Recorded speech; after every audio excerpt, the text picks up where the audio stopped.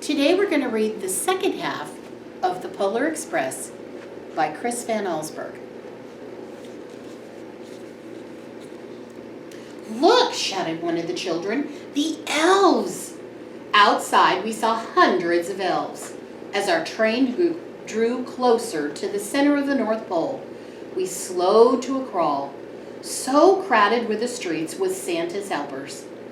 When the Polar Express could go no farther, we stopped and the conductor let us outside.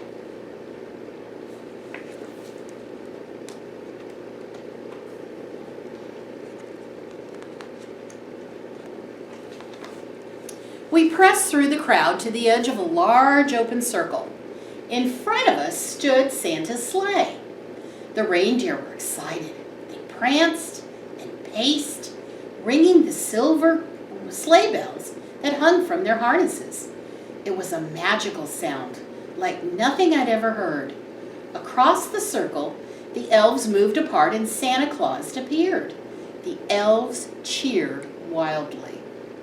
He marched over to us and pointed to me and said, "Let's have this little fellow here."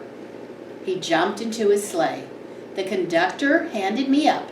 I sat on Santa's knee, and he asked, "Now, what would you like for Christmas?"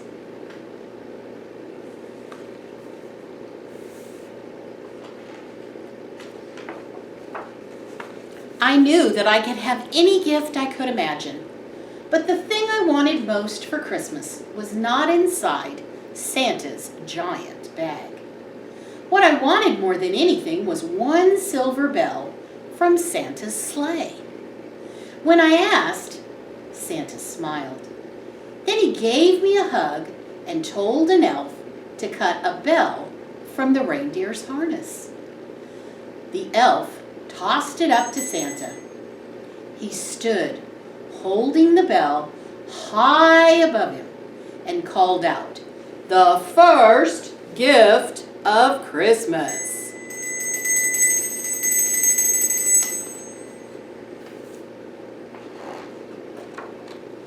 A clock struck midnight as the elves roared their approval. Santa handed the bell to me and I put it in my bathrobe pocket. The conductor helped me down from the sleigh. Santa shouted out the reindeer's name and cracked his whip. His team charged forward and climbed into the air. Santa circled once above us, then disappeared in the cold, dark polar sky.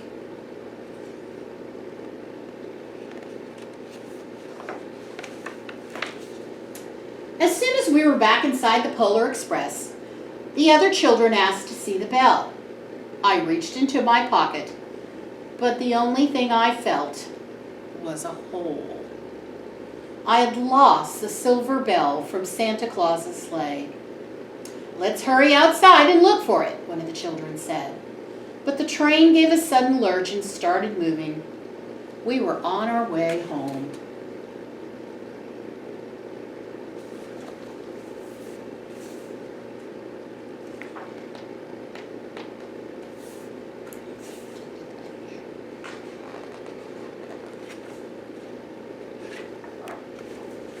It broke my heart to lose the bell.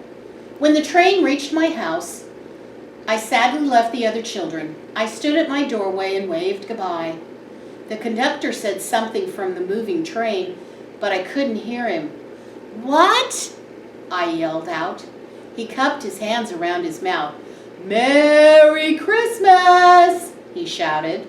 The Polar Express let out a loud blast from its whistle and sped away.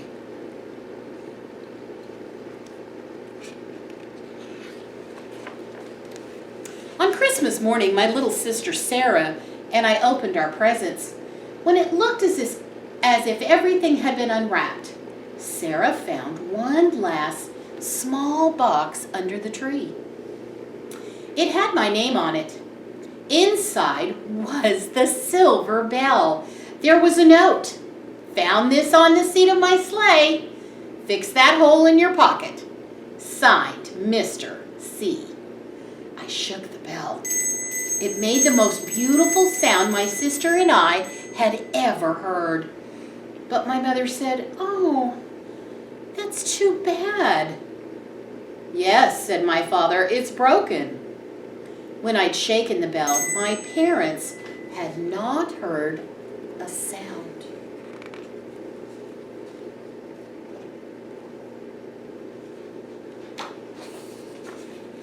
At one time, most of my friends could hear the bell, but as years passed, it fell silent for all of them. Even Sarah found one Christmas that she could no longer hear its sweet sound. Though I've grown old, the bell still rings for me, as it does for all who are truly believers.